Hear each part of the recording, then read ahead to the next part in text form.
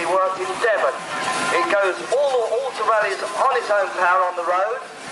Steve Paxton and his wife come from Stenick in West Sussex, which is where they've come up from today.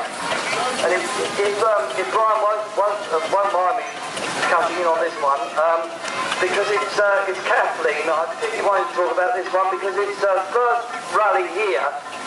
It hasn't been on the road for yonks, and the lady actually driving it at the moment is indeed Melanie Fisher, who used to own this, Melanie's doing the steering. Well, the steam railway engine people, a lot of engines got rescued from his yard, and Bob Watts, who owns it, lives up at Five Ashes, and has just completed with his friends a complete rebuild of the firebox and tender, hand riveted properly in the traditional way.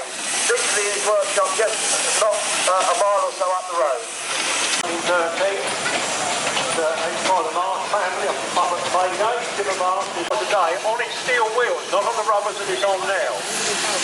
It remained in the original family until '86. It was sold at an auction and acquired by the present owner's great grandfather. Right.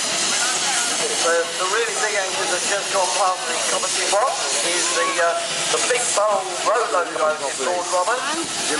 Yeah, so road locomotive. Yeah, well they all go on the road, don't they? Well they did, but the real heavy. Yeah, I think the little Wallace is run by another little Wallace and Stevens Advance, and the reason, again, it's a little favourite of mine, is because it's partly owned by my son and his friend Jeff. Jeff's up there with his dad Dave Bone. Dave Bone's an official for the Festival of Transport, so it's very roads, the sort of roads we see today, where it comes out the machine all hot and steaming, as you'll see. And of course, when you're doing that with a road, if it stops at the end of the run in order to put it into reverse gear, you end up with what the road people call dwell, or in other words, what we call a bump in the gearbox. But this engine was designed especially to do that sort of work.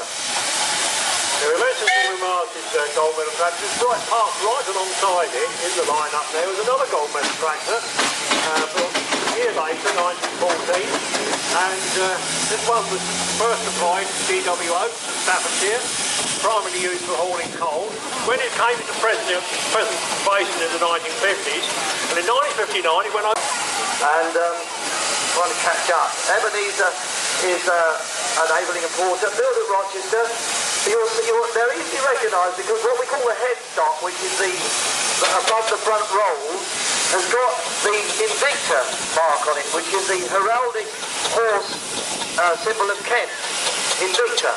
And the heraldic symbol was given to the county of Kent, but so proud was Kent of the manufacturer Abeling a porter, because of course Thomas Abeling was the inventor of the steam road roller, and so they allowed them to use the symbol of Kent for their badge on their engine. So, and of course, because of that, the symbol is Victor, the heraldic symbol that denotes a Kentish engine, went all over the world.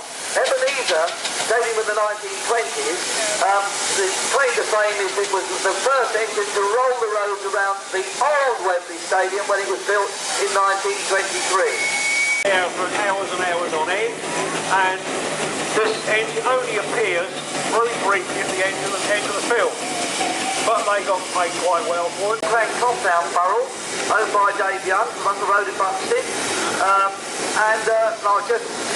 I'll just backtrack a second and go in with what Brian has been saying about filming. I've been involved in one or two, and most of the time you spend standing around and letting off steam, and at the end of it, they tell you to go home, and you're lucky you wait for the film to come out, and it's on there for about 10 seconds. But they do feed you well. Anyway, Burrell. The Burrell single crank compound used by the ex-Minster threshing and saw benches, because these traction engines linked to a threshing drum did the work of the modern combine harvester. That was what the agricultural engines were used for in the moment. And that's why it's called Thunderbird, because it bumps like a thunderclap when it goes along. And it was built just after the First World War, because at the time they were realising that the rising market now is well, it's a Tasco engine. It's a little giant, and it was rescued very recently. In fact, last year was by the Copar family CP Farms in Crowborough, East Sussex. A 7-horsepower expansion engine. Again, that's a different method of getting the steam to the cylinders, which I won't go into. We haven't got the time, and I don't really want to bore you too much with that. But the interesting thing about this engine, it owes its life, if you like, to the fact it was collected by a couple of brothers who in the main collected Bentley cars. And it was stood, they saved it by the fact it was stood on hard standing, so it didn't get all the damp coming up from the ground. And they filled the entire boiler, spoke box, everything else with... Just going down the far side there is Emma, 1905 Aveling and Porter traction engine. It's owned by the Burgess family. It was actually restored by the family and made its debut at the Kent Show back in 2000. It's been around on the run season for a short while now, quite a while now. Just now one of the miniature engines.